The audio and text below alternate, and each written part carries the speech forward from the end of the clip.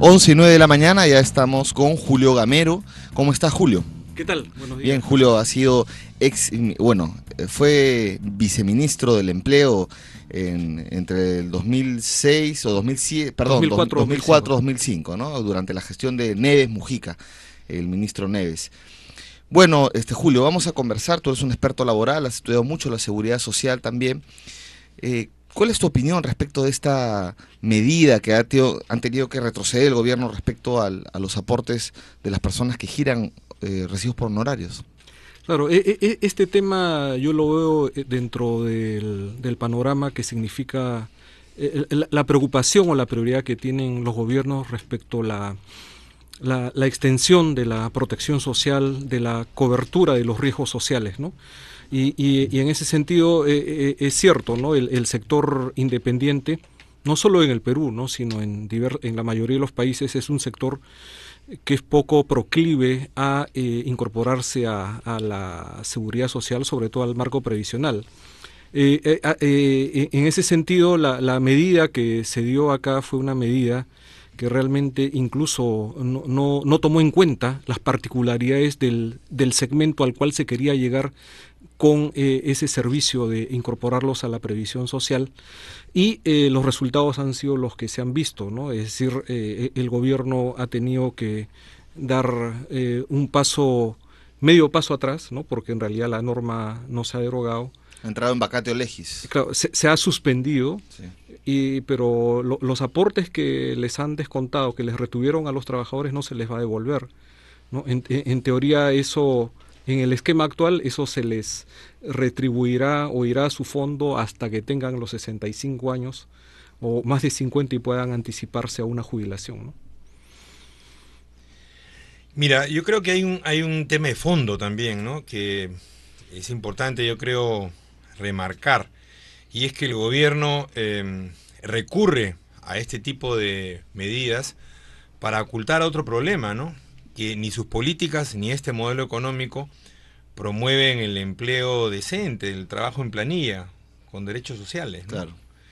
Y lógicamente esto hace que una cantidad muy pequeña de la población económicamente activa esté en planilla y una cantidad muy pequeña esté en algún tipo de sistema previsional, ¿no?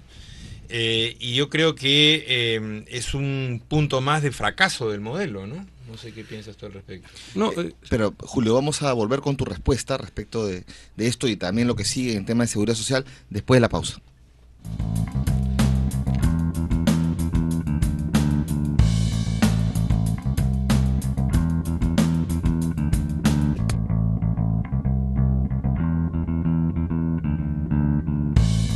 Once 11:15 de la mañana, estamos nuevamente aquí en Otra Mirada conversando con Julio Gamero, quien fuera viceministro del empleo entre el 2004 y 2006 y experto en temas laborales y seguridad social, y él justamente estaba por comentar una de las afirmaciones de Nicolás Lynch, que tiene que ver con en realidad no solamente es un tema de promover seguridad social a través de los recibos, sino es precarizar o mantener precarizado el empleo, no promover que la gente pase a planillas.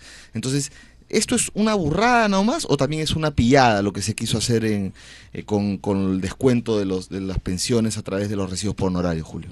Claro, partiendo de lo que comentaba Nicolás, te diría de que en realidad lo que falta, no solo a este gobierno, sino a los últimos, es una mirada más integral del tema del empleo.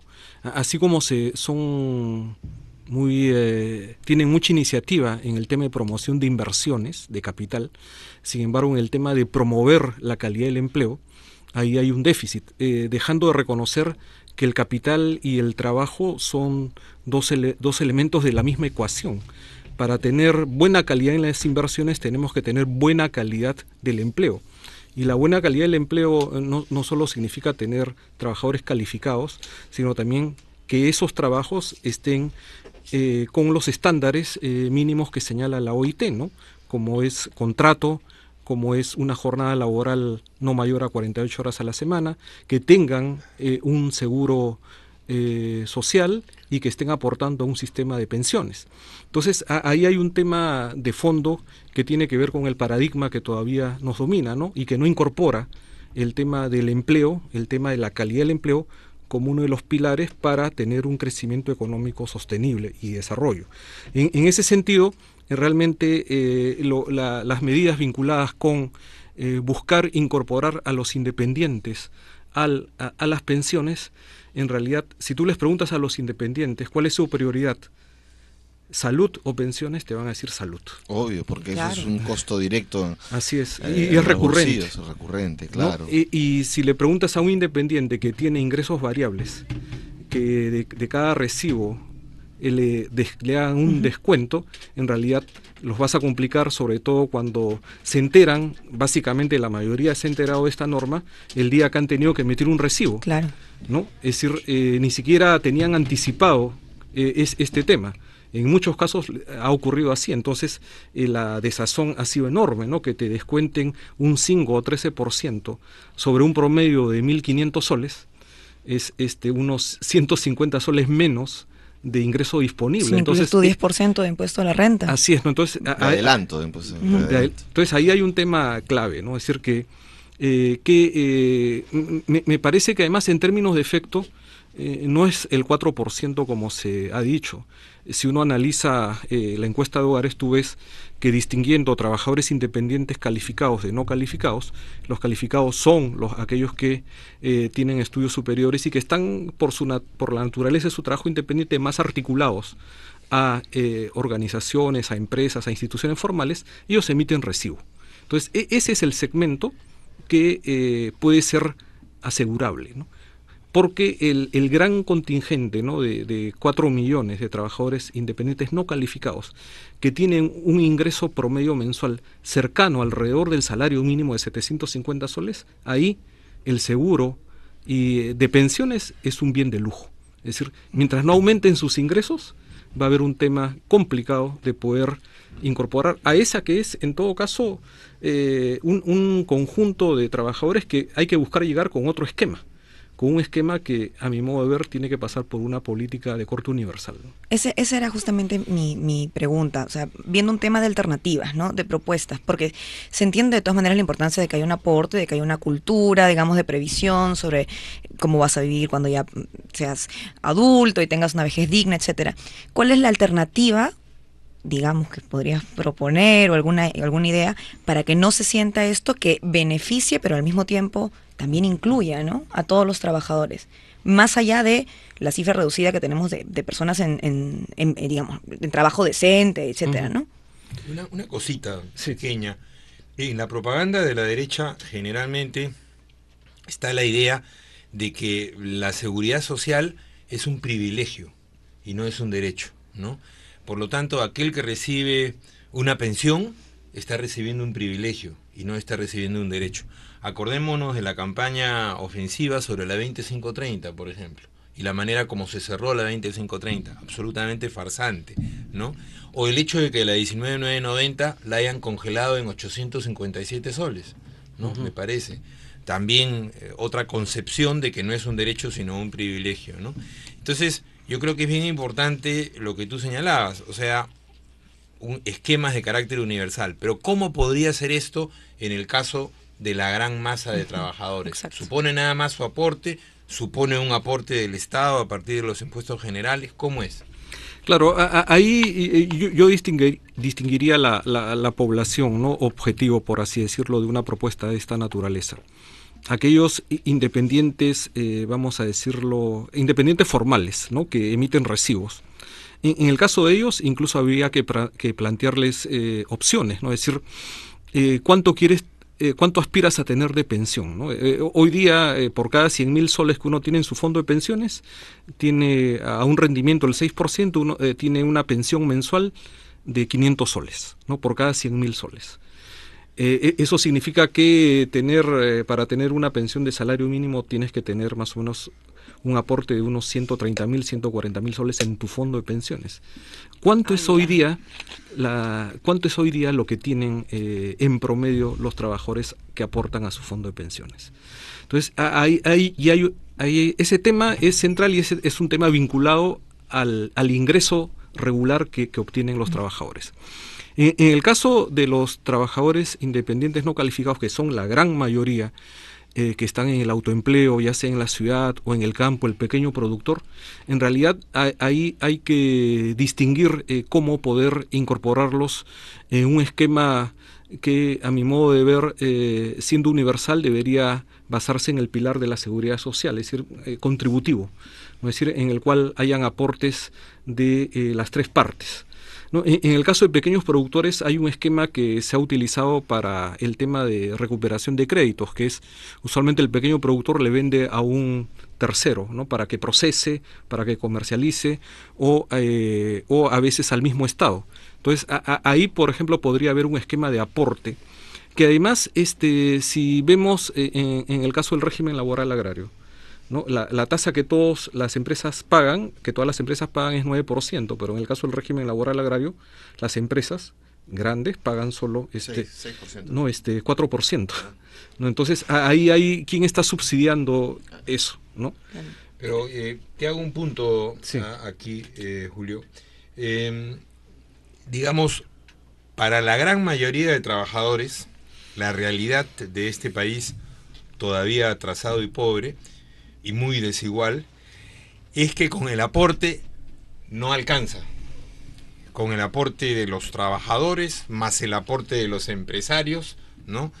Y entonces aquí viene el anatema en el debate político. El Estado debe aportar al sistema previsional.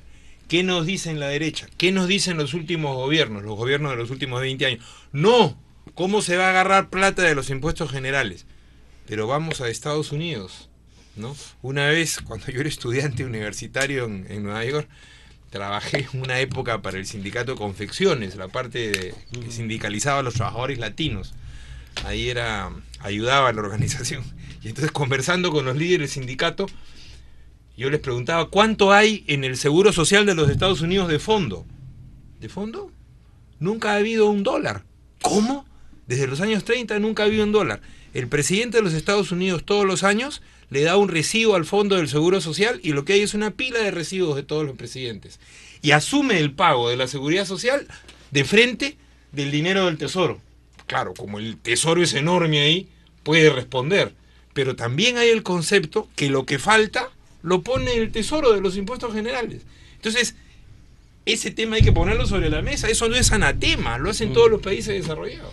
Claro, que ahí creo que es un tema central, ¿no? Que es por qué y que no solo se extrapola al tema de pensiones, sino incluso al mismo hecho de tener trabajo. Se dice que el trabajo es un privilegio, ¿no? Que como hay escasez de puestos de trabajo, como eso era lo que se decía hace 10 años, ya si tú tienes un trabajo, ya date por bien servido, ¿no? Ya está. Y en realidad ese no es el tema, ¿no? Porque como no pide sueldo digno tampoco, ¿no? Claro, ni derechos. Como digo, trabajo y capital son complementarios, ¿no? Entonces, en ese sentido, si tú quieres promover inversión, tienes que, está bien, promueves capital, pero también tienes que promover empleo y la calidad de él. Y eso supone que efectivamente, ¿no?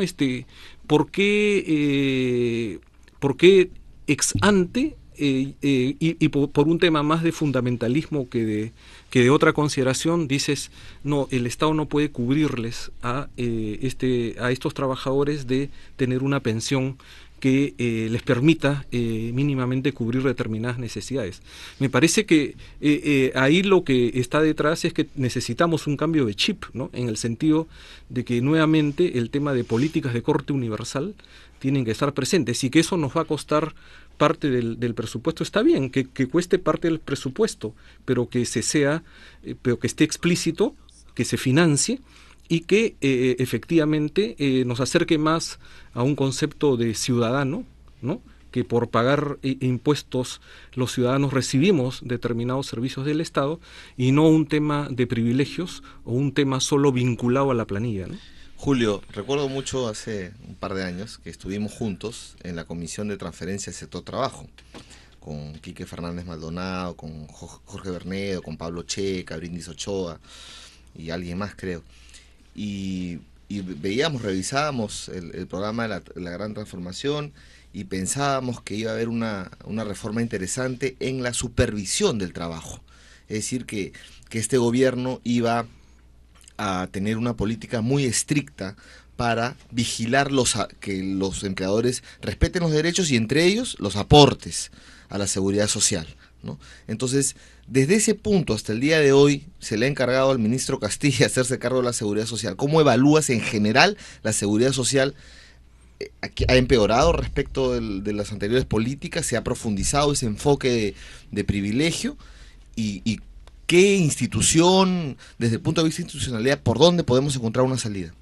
Claro, hay que distinguir dos procesos, ¿no? Porque si miramos los números vamos a ver de que hay más afiliados a eSalud, ¿no? Y eso es básicamente por el crecimiento de la economía concentrada en medianas y grandes empresas. Es decir, el número de trabajadores registrados en planilla electrónica el año 2000 era menos de 1 millón, hoy día se acerca a los 3 millones, ¿no? Y ese es básicamente por un tema de planilla electrónica y por un tema de crecimiento económico. Pero sin embargo, cuando uno empieza a ver el tema de rectoría en el tema de seguridad social, ¿no? O incluso en el tema de protección social para incluir a la parte no contributiva, lo que vemos es de que no hay, ¿no? Y el lugar menos indicado es el Ministerio de Economía, ¿no? Es decir, el lugar más indicado desde donde se debería ejercer rectoría en términos de protección social, ¿no? Incorporando a lo que es seguridad social, es el Ministerio de Trabajo, ¿no? Esa es la instancia estatal desde donde se debería ejercer esa rectoría, ¿no? Para ver el tema de salud, el tema de AFPs, para ver el tema de los seguros privados de salud, para ver el tema de las EPS, el tema de la ONP. O sea, desde ahí tendría que haber rectoría, lo cual no significa que lo incorpore en su función cotidiana, pero sí darle una coherencia y visión de conjunto de que el Estado tiene una política pública en relación con ese tema. Bien, Julio, bueno, el tiempo ha quedado corto, te agradecemos bastante por haber estado y comprometemos a seguir conversando sobre este tema. Y bueno, a todos los amigos ya saben que en este país no hay una política de seguridad social que los proteja contra la vejez. Muchas gracias, Julio, y nosotros ya regresamos después de la pausa con el punto de vista.